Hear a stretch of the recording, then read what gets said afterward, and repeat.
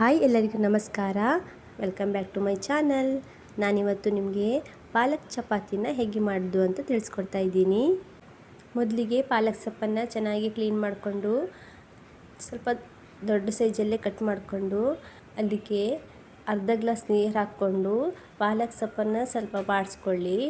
ಆಮೇಲೆ ಪಾಲಕ್ ಸೊಪ್ಪನ್ನು ತಣ್ಣಗಿರುವ ನೀರಲ್ಲಿ ಹಾಕಿ ಅದನ್ನು ನೀರನ್ನೆಲ್ಲ ತೆಗೆದು ಪೇಸ್ಟ್ ಮಾಡ್ಕೊಳ್ಳಿ. ಹಾಗೆ ಬಿಸಿ ಇರ್ತಾನೆ ಪಾಲಕ್ ಸೊಪ್ಪನ್ನು ಪೇಸ್ಟ್ ಮಾಡಿಕೊಂಡ್ರೆ ಪಾಲಕ್ ಸೊಪ್ಪಿನ ಪೇಸ್ಟು ಗ್ರೀನ್ ಕಲರಲ್ಲಿ ಬರೋದಿಲ್ಲ. ತುಂಬ ಚೆಂದ ಗ್ರೀನ್ ಕಲರಲ್ಲಿ ಬರಬೇಕಾದ್ರೆ ಅದು ತಣ್ಣೀರಲ್ಲಿ ಹಾಕಿ ಪೇಸ್ಟ್ ಮಾಡ್ಕೊಳ್ಬೇಕು. ನೋಡಿ ಎಷ್ಟು ಚೆನ್ನಾಗಿ ಬಂದಿದೆ ಅಂತ.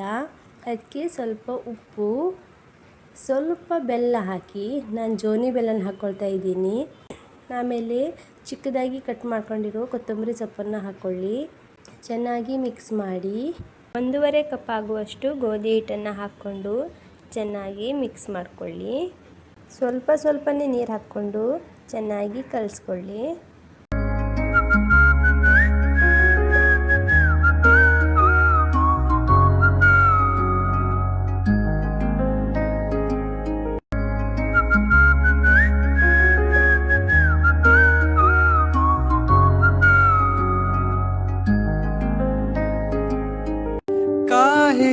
खफाए से चुलबुल से बुलबुल काहे ना तुमने बतिया है, काहे पड़ा पीछे जाने दे बेरी, काहे खफाए से चुलबुल से बुलबुल काहे ना तुमने बतिया है.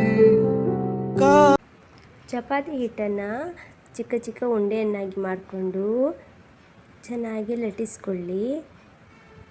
ನೋಡಿ ಚಪಾತಿ ಕಲರು ಪಾಲಕ್ ಸೊಪ್ಪಿನ ಪೇಸ್ಟ್ ಹಾಕೋದ್ರಿಂದ ಗ್ರೀನ್ ಕಲರಾಗಿ ಬಂದಿದೆ. ಅದನ್ನು ಈಗ ಹುರ್ಕೊಳ್ಳೋಣ. ತವಾನ ಬಿಸಿ ಮಾಡಲಿಕ್ಕೆ ಇಟ್ಕೊಂಡಿದ್ದೀನಿ. ಈಗ ರೆಡಿ ಮಾಡ್ಕೊಂಡಿರುವ ಎಲ್ಲ ಚಪಾತಿನೂ ಒಂದೊಂದಾಗಿ ಚೆನ್ನಾಗಿ ಹುರ್ಕೊಳ್ಳೋಣ. ಎರಡೂ ಸೈಡ್ ಚೆನ್ನಾಗಿ ಹುರಿಬೇಕು. ಸ್ವಲ್ಪ ತುಪ್ಪ ಹಾಕ್ಕೊಂಡು ಹುರಿಯಿರಿ. ತುಪ್ಪ ಇಲ್ಲಾಂದರೆ ಎಣ್ಣೆನೂ ಹಾಕ್ಕೊಳ್ಬೋದು. ನೋಡಿ ಎಷ್ಟು ಚೆನ್ನಾಗಿ ಬಂದಿದೆ ಅಂತ. ತುಂಬ ಟೇಸ್ಟಿಯಾಗಿ ಬರ್ತದೆ. ಒಂದ್ಸಲ ಮನೇಲಿ ಟ್ರೈ ಮಾಡಿ ನೋಡಿ. ಯಾರಿರದ ರಸ್ತೆಯಲ್ಲಿ ಸಂತೈಸೋ ಅವಳಿ ಗಾಳಿ, ಸಾಗರದ ಬಾನಿನಲ್ಲಿ ಕಂಗೊಳಿಸೋ ಅವಳೇ ನೀಲಿ. ಇವಾಗ ಪಾಲಕ್ ಚಪಾತಿ ಎಷ್ಟು ಚೆನ್ನಾಗಿ ರೆಡಿಯಾಗಿದೆ ಅಂತ ನೋಡಿ. ಎಷ್ಟು ಸಾಫ್ಟ್ ಆಗಿದೆ ಅಂತ. ನೀವು ಒಂದ್ಸಲ ಮನೇಲಿ ಟ್ರೈ ಮಾಡಿ ನೋಡಿ. ಹಾಗೆ ನಾನು ಮಾಡಿರೋ ರೆಸಿಪಿ ನಿಮಗೆ ಇಷ್ಟ ಆದರೆ ಲೈಕ್ ಮಾಡಿ, ಶೇರ್ ಮಾಡಿ ಹಾಗೂ ಸಬ್ಸ್ಕ್ರೈಬ್ ಮಾಡಿ.